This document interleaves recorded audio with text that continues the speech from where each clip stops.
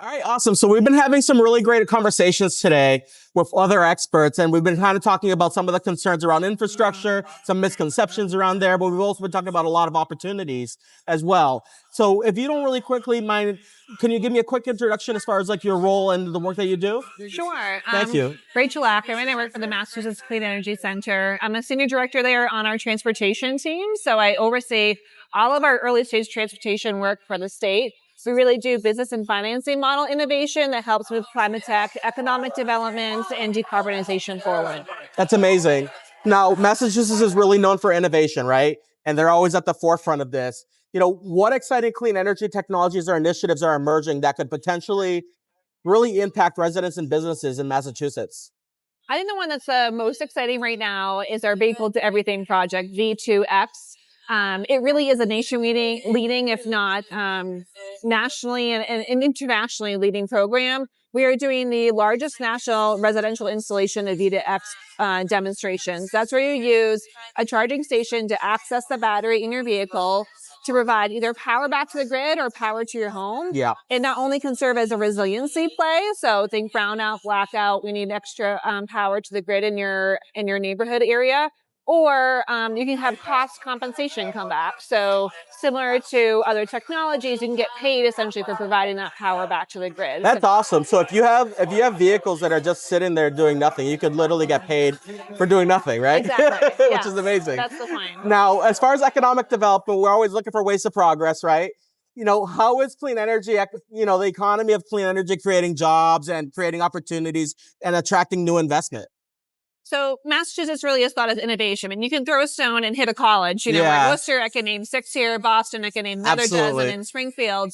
And so we really do a lot of that technology startup work. So thinking about climate tech, we have a lot of great pathways and hand-holding from the state. We have, through our Economic Development Office, Business Front Door, which helps businesses figure out how to establish themselves in Massachusetts. You have agencies like Mass Clean Energy Center that helps with funding and technical services to help with adoption of those technologies.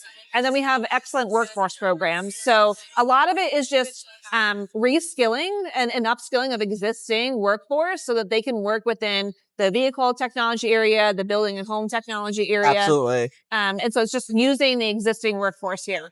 No, that's smart. And I mean, if you could develop new skill sets within that existing workforce, that helps everybody in there, which is really great. And it's actually one of the biggest concerns that they have moving forward is where are they going to be able to find people where they're going to be able to train? Well, right there where you are locally, yes. which is awesome. A lot of money into community colleges and to state and local universities too, to make sure when these generations coming out have that skill set and have all the certificates to just jump right into the workforce. So that's actually a perfect transition to the next question, right? Which is, what clean energy opportunities are you most optimistic about in Massachusetts? There are just so many. I know. It is really hard to kind of, pick one or two. I really think on the forefront of charging station technologies and really making sure that residents and businesses know how to adopt these, know how to install them, having really clear permitting and approval and funding pathways.